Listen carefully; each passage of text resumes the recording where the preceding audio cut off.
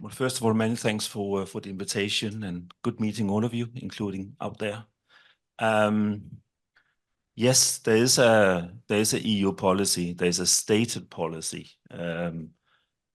Somewhat is all anchored in a very lengthy document called the European Council Conclusions from 2018. And without simplifying it unnecessarily, it can be summarized to the 3 no's, and that is no to normalization, no to lifting sanctions, no to reconstruction support before a political process in line with 2254 is firmly underway. And if we just unpack that a bit, the premise for that policy was and remains as a stated policy, and only through a combination of carrots and sticks would there be any prospect for the regime to engage in good faith in any political process. I'll be the first one to say, sadly, that we have seen absolutely no effect of that policy in that neither the carrots nor the sticks have been working. And I think it sounds a bit cynical, but I think we also have to be honest that there's never been any political process, genuine process when it comes to, let's say, pursuit of a political solution vis-a-vis Syria. Yes, meetings have been taking place, quite a few, I should add, but there's not really been any process. Why? Because the regime, and obviously the backers of the regime, have not been anywhere near a point where they felt it was in their interest to engage in that process in good faith. Over time, sadly, we have seen that certain, let me say, EU policymakers have somewhat, instead of actually staying loyal to the very simple conflict and political analysis, they appear to getting more itchy fingers in that they are more focusing on, they're less focused on the sticks and more focused on the carrots, even though from a simple analytical perspective, I think all of us would quickly agree that they would not work. I can only say, and kind of summarize in a very simple way, that as we're all aware, there have been a number of different normalization efforts. We have seen the readmission of Syria into the Arab League. And I think if we summarize what drove that, it was somewhat a wish from certain Gulf countries that to serve their interest of security and pushing back on the Captagon and also vis-a-vis the whole refugee piece, they assessed that this was the way to go to have some deliveries on those 3 files. And with a bit of a smiley, yes, there has been one delivery from Damascus, that is more Captagon. So I think that is exactly the opposite effect that we've been seeing. And it just confirms that, also as my colleagues have been saying, that we have not seen any sign, we're not seeing any signs of any genuine goodwill from the regime to engage in that political solution. If anything, they have actually moved even further away from the goal. It is as if they were in front of the goal previously. At times, they're moving behind the goal. So I think against all of that, and driven by a number of other political considerations in Europe, not least domestic political considerations, where the core European interest also being in a more, let's say, close geographical proximity to Syria than, for instance, the US, is that the interests vis-a-vis migration, refugees, security concerns and considerations have somewhat led certain policymakers to make the fundamental mistake to actually try to look at the symptoms instead of the root causes. And their policy, their approach is increasingly guided by providing some symptom relief, a bit of paracetamol, whether it's 250 grams or 500 milligrams, we can debate, but we all know that a paracetamol expires after a certain time. The relief lapses after a certain time, and actually only until and unless you address the root causes of the conflict. And we can summarize them to corruption, oppression, marginalization, impunity. The list is long. Until and unless we are honest about the root causes, I'm very concerned that we will not get anywhere near for sure not a good solution, if any solution at all. And that is, I think, from a European, let's say, and I should say, I guess, you know, I used to be a diplomat, so now I'm anything but diplomatic, so I'm just an ordinary citizen. I think that's most frustrating as an ordinary European citizen is that policies seems to be shying away from what is needed, from the right thing to do in terms of supporting the changes we all think Syrians both need and deserve, but also that actually it is mind-blowing that the policies sometimes are actually not serving European interests. For me, those two are not incompatible. It is only until and unless you address the root causes that actually Europe will also have been able to address their own core interests of migration and refugees. You can't disconnect the two. But increasingly, policy responses are yet again guided by symptoms instead of the root causes.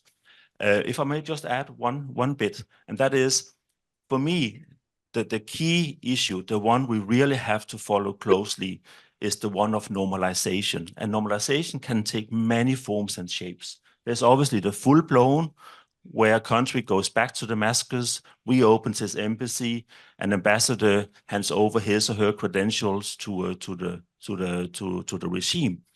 But normalization can also take many other shapes and forms. And that's what we see from certain European quarters now. Just to mention a few, obviously there's more diplomatic engagement. Concretely, there are more European visits to Damascus now than before. Two, we have also seen it, and for instance, when it comes to the refugee file, you may be aware that was it last week or 10 days ago, there was a letter signed by 8 European countries. I'm sad to say that Denmark was one of the signatories, was actually saying the need to reassess the conditions for refugees to return to Syria.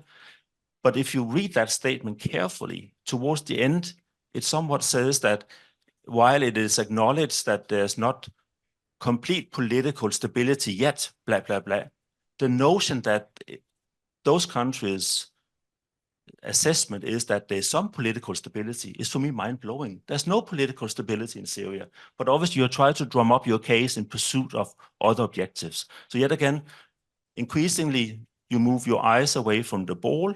Sadly enough, you focus more on this more tactical bits, which serves more short-term political interests. Let me pick up on that and related to the issue of the safe environment. Like we said in the beginning, safe environment now is becoming a new buzzword. We had a few over the years, but unfortunately not in the sense that we have discussed before as being the heart of the possible prelude to a political solution, but actually being seen as in a partial ad hoc ways, like economic safe environment or this safe environment, that safe environment. What are possible long-term consequences of that approach that you basically described, trying to deal with symptoms rather than the root causes? And as you said, unfortunately, your own country, Denmark, has a history of that kind of declaring certain areas safe so that refugees, Syrian refugees in Denmark were withdrawn the protection, then having to renege on that and so on. There seems to be like touching and probing where can we achieve not a real change, but actually narrative change vis-a-vis Syria. I think first on, I think you referred to it as a bit of a buzzword these days, SCNE, safe, calm, and neutral environment. I think when dealing with that term, that concept, I think we just have to go down memory lane a tiny bit and recall its origin, because it came about in the Geneva Communique back in the days, as well as in 2254. And its origin was very simple. There was a premise, even though obviously international actors at that time, nor now agree, but there was somewhat a premise that safe, calm, and neutral environment can only be brought about if there's a new arrangement in Syria. It is not something that we can expect the current regime, the current arrangement to bring about. So that's very, very important to have in mind. So that's why I almost, from that perspective, insist that when we talk about SCNE, we confine it to track 1 and 2254 and political solution, and not go down to track 2 or track 3 or any other context. So that's very important. Then coming back to your question more squarely, I think, for instance, safe environment, for instance, also what others are somewhat putting on the table about generating some economic wheels to spin, to have some economic growth and also a bit more of a confidence building among communities. I'm definitely not against that.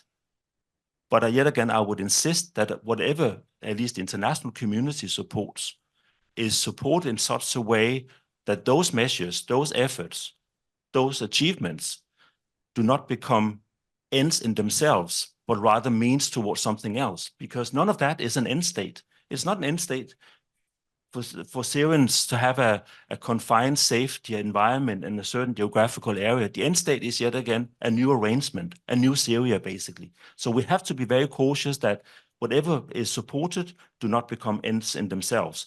And if I may add on that to also exemplify, that's also one of the reasons why I am concerned about this whole, another new concept, or not a new concept, but the talk in town, not least here in Brussels, around the Brussels conference environment, is the one of early recovery. And while I'll be the first to say I'm the strongest advocate for any support to Syrians in need, full stop. So that's the what bit, support, support, support. But it is as important, the what bit, early recovery, humanitarian, stabilization, as important how you support it. Because if you support it in the wrong way, you actually may end up doing more damage than good. And you may actually jeopardize what we, even though we don't agree on the end state, but you jeopardize even the way towards an end state. Very briefly, last question to you, Ivan. How do you think things will pan out with the outcome of the European elections vis-a-vis Syria policy? Well, I think if history has shown anything, it's very difficult to predict outcome of elections before we have somewhat done all the counting and the numbers. But if some of the analysis is anything to go by, there will be, let's say, generally a shift to the right in the makeup of the European Parliament. And I think if that is to happen, I think it is equally fair to say that then there will be even stronger push from the European Parliament side to have more tighter, more stricter regulation on not only migration, but also refugees. And that obviously, sadly enough, may come with some additional challenges and risks for Syrians in Europe.